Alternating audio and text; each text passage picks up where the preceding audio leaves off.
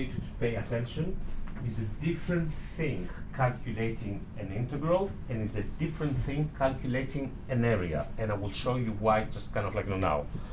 But let's start with the integral that we were calculating before, the one from -1 to 6.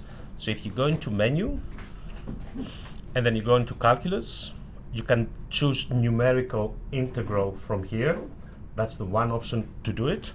And that will present you with a sort of integral when the box is for you to put the right numbers, right? So I want from -1 all the way up to 6. Let's just press tab and make this one 6. Inside here, I will fit my function, which was x squared, and then minus 5x, minus 5x, and then what was after that? Minus 6, no? Minus 6. Now the box here, it's not been filled in with the x, because that provides you with an opportunity to kind of change the variable. You could put it n, or you could put it n. But if you change the variable and put it n here, right, then that has to become dm. Does that make sense? Because then imagine like the graph you're going to be dealing with is not going to be y over x, it's going to be something else, let's say f of t over t if it's time or something, right?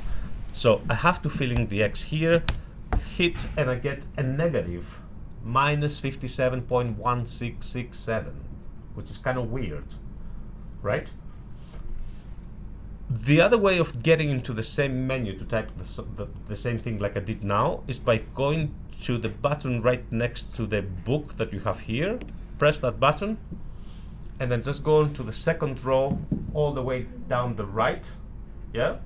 And if you hit that, then you will get the integral you want as well. That's a very useful tool to know, very useful button, because you also have the second derivative, the first derivative, product, summation, and some kind of like, other stuff that we often use, not yet, like matrices and stuff like that.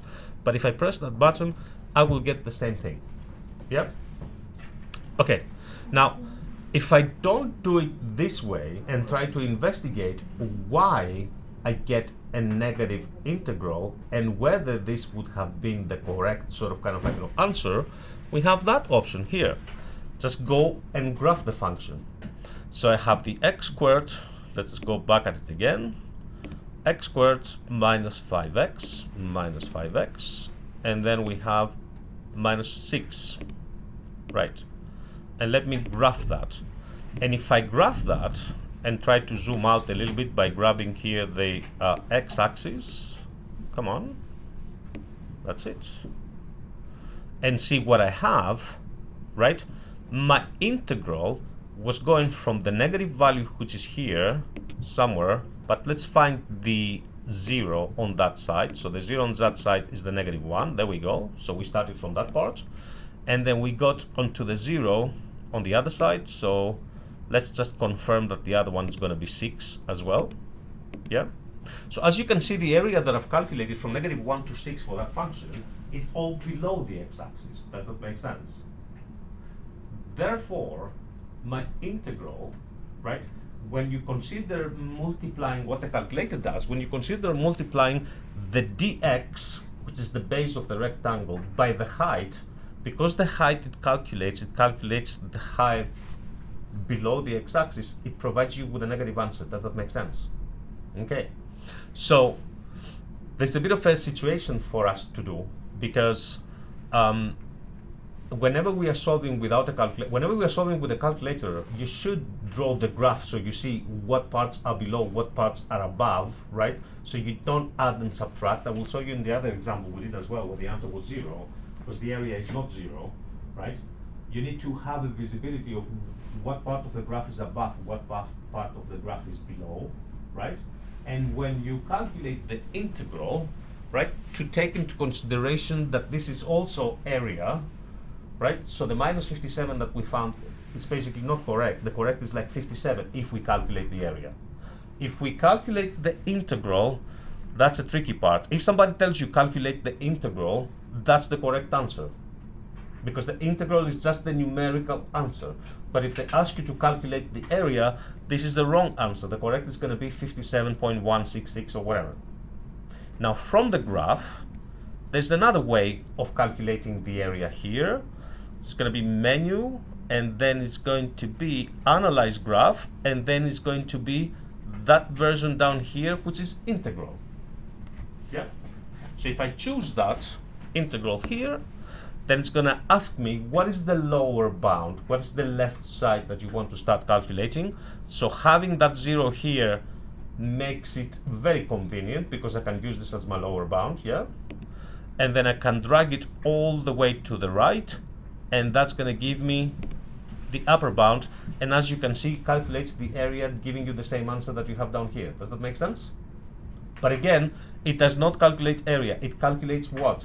The numerical value for the integral. Does that make sense? It's your job to turn that into, to change your answer, interpreting it as calculating area, which is going to be kind of like, you know what? Positive 57.1667. Yeah? Okay. Let's look at the other function that we did, because the other one is a little bit more interesting. It turned back with just having a 0, right?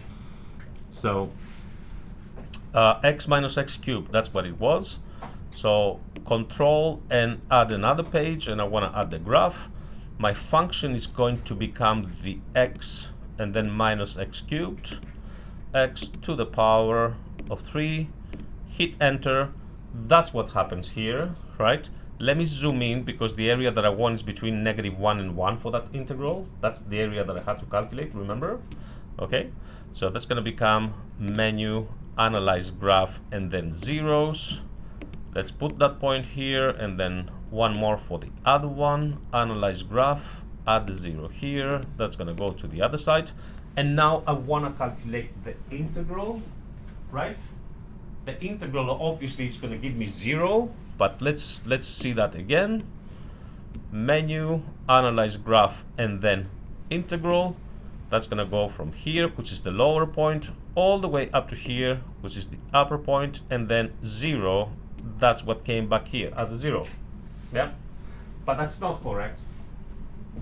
And we know it's not correct, because if you calculate the area, we want the highlighted area which is below and the highlighted area which is above to be added together, right? So if I want to calculate the area, I'm going to have to calculate part of it from here all the way until 0, right? So let's find the other 0 here to use it as an anchor point, which is this one. And then I can do menu, analyze graph, and then I want, what do I want? Integral. So to calculate the integral from here until here, that ended up as negative 0.25, right? So what do you think the other part is going to be up here? The 0.25 that adds together with a negative 0.25, and it gives you, right. Does that make sense? There's a way around that part. There's a way around that situation here, and that is to calculate the integral of the absolute value of the function. It's like, we've seen this in the past, in the very first unit, what the absolute value does. So let me just open another document. So control and add more page and another graph. In this case, I want to put the absolute value. If I press that button next to here, you will see that on the top row right up here, there's the absolute value with a box, right? So I'm going to choose that, and in there I'm going to put again the same function, which is the x minus x cubed, I think, no? It is cubed, no? Oh yeah. Right. So when I graph that, yeah, what has this done? What did the absolute value do? It reflects all the negative parts of the function into the positive parts of the function. Yeah? So if I want to calculate the area here from -1 to 1, remember this part up here is the same with the one that was down here, right? And then it was reflecting down here. Does that make sense? So instead of calculating the area of the original function, if I go now to calculate the area of that function, menu, and then let me just find the zeros, which we want them, one here, and then menu, analyze graph, then another 0. That's going to give you here.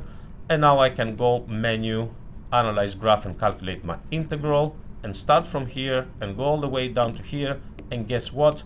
That's the correct answer, which is 0.5. Does that make sense?